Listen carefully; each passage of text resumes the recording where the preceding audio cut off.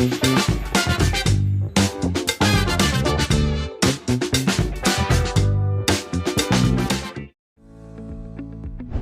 rekan-rekan mahasiswa, selamat datang di Komik, kelas online mahasiswa ilmu komunikasi di seri mata kuliah Seminar Ilmu Komunikasi. Kalau pada bab 1 kita membahas masalah penelitian, dan pada bab 2 kita menyusun posisi ilmiah penelitian, maka di bab 3 kita menjelaskan bagaimana penelitian itu dilakukan. Jadi, bab 3 berisi penjelasan tentang cara penelitian memperoleh data, mengolah data, dan memastikan bahwa penelitian yang dilakukan memang tepat untuk menjawab rumusan masalah. Secara sederhana, fungsi bab 3 adalah untuk menjawab pertanyaan ini.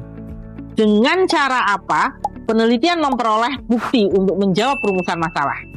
Di dalamnya kita menjelaskan pendekatan penelitian, objek dan sumber data, teknik pengumpulan data, teknik analisis data, serta aspek validitas dan etika penelitian. Jadi bab 3 bukan hanya formalitas atau template dari kampus.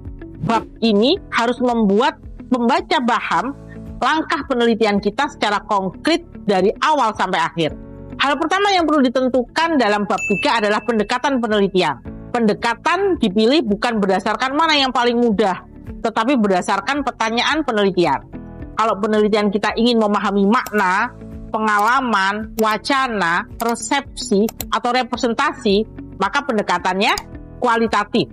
Misal ketika kita bertanya bagaimana penggemar memaknai idol yang menjadi brand ambassador dalam konteks boykot. Kalau penelitian kita ingin mengukur frekuensi, hubungan antar variabel, atau pengaruh, maka pendekatan kuantitatif yang lebih sesuai.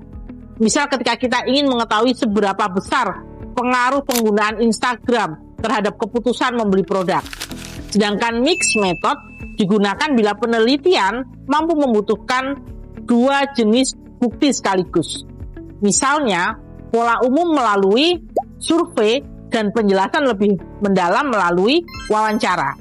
Tetapi mixed method sebaiknya dipakai jika memang diperlukan, bukan hanya supaya penelitian terlihat lebih keren atau lebih lengkap. Bagian berikutnya yang sering tertukar adalah objek penelitian, subjek penelitian, dan unit analisis. Padahal ketiganya berbeda. Objek penelitian adalah apa yang diteliti. Misalkan konten TikTok-nya, berita online-nya, kampanye komunikasinya, atau representasi tokoh perempuan dalam film. Sementara subjek atau partisipan adalah siapa yang diwawancarai, siapa yang diamati, atau dijadikan responden. Misalnya penggemar K-pop, mahasiswa, gitu ya, sosial media spesialis, atau pembaca berita. Sedangkan unit analisis adalah satuan paling spesifik yang dianalisis.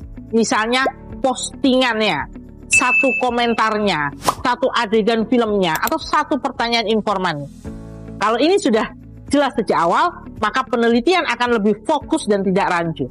Setelah itu, kita menentukan teknik pengumpulan data. Teknik ini harus disesuaikan dengan jenis data yang dibutuhkan untuk menjawab rumusan masalah.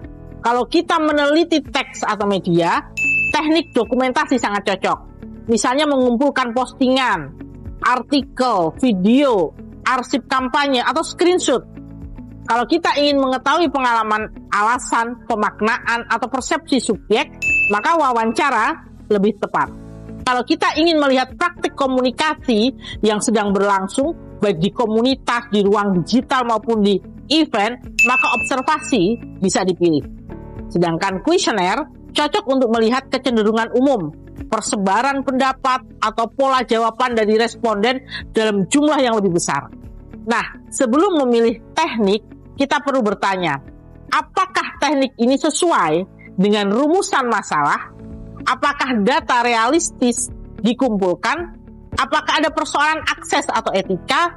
Dan apakah satu teknik sudah cukup atau perlu dikombinasikan? Setelah data dikumpulkan, langkah berikutnya adalah analisis data. Analisis data harus konsisten dengan pendekatan penelitian dan jenis data yang kita miliki. Dalam penelitian kualitatif, analisis bisa berupa analisis tematik, analisis wacana, framing, semiotik, atau coding kategori. Tujuannya adalah untuk menemukan pola makna dan menjawab rumusan masalah.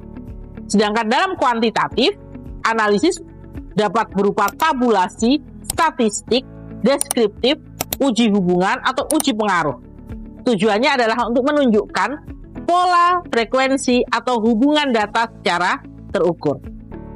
Yang perlu diingat, analisis bukan hanya menata data. Analisis adalah proses mengubah data menjadi jawaban yang logis dan bermakna.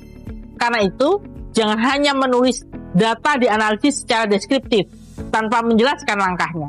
Kesalahan umum yang perlu dihindari adalah copy-paste, template, metode yang tidak nyambung dalam pertanyaan penelitian, data yang terlalu luas, atau analisis yang hanya ditulis dalam satu kalimat umum. Jadi inti dari bab 3 adalah menjelaskan cara penelitian dilakukan secara tepat, logis, dan dapat dipertanggungjawabkan.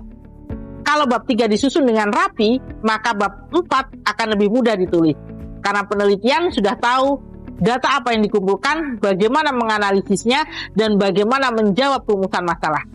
Prinsip sederhananya adalah, jika orang lain membaca bab 3 kita, mereka harus bisa membayangkan langkah penelitian kita secara konkret dari awal sampai akhir. Itulah tanda bahwa metode penelitian kita sudah cukup jelas dan kuat.